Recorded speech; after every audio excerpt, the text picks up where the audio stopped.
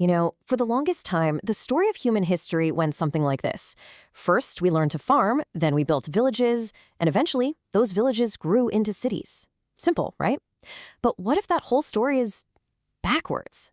Today, we're going to dig into the real blueprint of civilization and uncover a mystery that has totally rewritten our ancient past. So let's just get right to it. Here's the big question that's been bugging archaeologists for years. Did we first come together for the practical reason of building houses and staying safe? Or was it for something bigger, something more spiritual? Well, as it turns out, the evidence points in a direction that, honestly, almost nobody saw coming. Long before we had anything that looked like a city, with streets and shops and all that, our ancestors they were busy building stuff like this. These are massive stone structures that you can find all over the world, built by people we used to think of as just simple hunter-gatherers. And they pose a huge puzzle. How did they do it?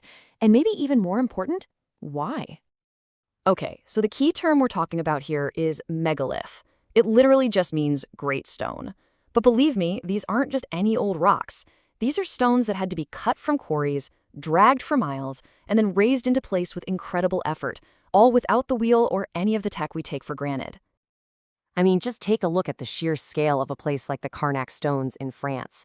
We are talking about thousands of stones, all arranged in these perfect lines that stretch for kilometers. This wasn't some weekend project. This was a massive, multi-generational undertaking. It required a level of social organization that we just didn't think was possible back then. So, while places like Karnak are just baffling, a discovery in Turkey didn't just add another piece to the puzzle. Oh no, it gave us a stunning answer. An answer that would completely flip our understanding of the dawn of civilization right on its head. Meet Göbekli Tepe. Now, here is the absolute most important detail. This was not a city. Nobody lived here. Archaeologists have searched, and there are no signs of houses or fires or day-to-day life. It was a ritual site, a temple complex, built for one reason, for people to gather and connect with the sacred. Okay, get ready for this, because the date is just mind-bending. The oldest parts of Göbekli Tepe go back to around 9600 BCE. Just let that sink in for a minute. This is right after the last ice age. This is a time when we thought humans were just wandering around in small, nomadic bands, hunting and gathering. And to put that age into perspective, think about Stonehenge, one of the most famous ancient sites in the world. It's a baby compared to Göbekli Tepe. We are talking about a 6,000-year gap. Think of it this way. Göbekli Tepe is older to Stonehenge than Stonehenge is to us today. It's just incredible. So what does this all mean? It means the old story was completely wrong. The discovery of Göbekli Tepe suggests it was the huge, coordinated effort to build something sacred, to give physical form to a shared belief that taught us how to work together on a massive scale. This changes everything. Our drive for meaning might not be a byproduct of civilization. It might be the very spark that created it. The temple came first. Okay, so if the temple was the catalyst that brought people together, what came next? Well, once you have large groups of people hanging out in one place, a brand new need pops up pretty fast: protection. And this is where we see the big shift from gathering for faith to gathering for safety. And that brings us straight to Jericho. Popping up not too long after Göbekli Tepe, Jericho gives us our first real glimpse of a permanent town built around the idea of defense. The big features here weren't just the houses, but a massive stone wall and a tower. It's the world's oldest known fortified city. People were finally living together, and they had something they wanted to protect. But here's the really cool part. There was no single blueprint for what a city was supposed to look like. What's so fascinating about this whole period is just how much experimentation was going on. These places weren't just settlements. They were like little laboratories for human society, where the first urban planners were basically making it up as they went along. And that led to some pretty unique designs. And you can really see that creative problem solving right here.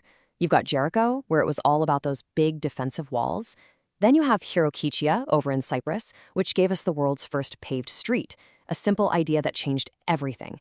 And then you've got my personal favorite, Çatalhöyük in Turkey, which looked at the whole idea of streets and basically said, nah, we're good. Seriously, I just love this detail about Çatalhöyük. This was a huge settlement, maybe 10,000 people, but it had 0 roads or ground level doors. All the houses were just packed together like a honeycomb, and the only way in or out was through a hole in your roof and down a ladder. Can you imagine your daily commute being a walk across your neighbor's rooftops? It's such a wild solution, prioritizing community and defense in a way that's hard for us to even wrap our heads around today. So all of these early settlements, Jericho, Chadalhayuk, and the others, they were kind of like the beta tests for urban living, right? They were the crucial experiments that laid all the groundwork for the next giant leap forward in human history, the birth of what we would actually call civilization. And this giant leap happened in a region you've probably heard of, the Fertile Crescent, also known as Mesopotamia. Watered by the Tigris and Euphrates rivers, this is where all those early lessons in farming, building, and living together finally clicked into place to create the world's first true cities and empires. And when you lay it all out on a timeline like this, you can really see the whole incredible journey. Look at how long it took. Over 6,000 years, from that first spark of organized ritual at Göbekli Tepe, through all those early experiments in defense and community, to the final explosion of the great civilizations in Mesopotamia, Egypt, and beyond. And this brings us to a final, really important thought. If those first cities weren't meticulously planned, if they were just radical, creative experiments born out of belief and necessity, it really makes you wonder, doesn't it? What are the great urban experiments that we're running right now? What are we building today that's going to define how humans live together for the next 1,000 years?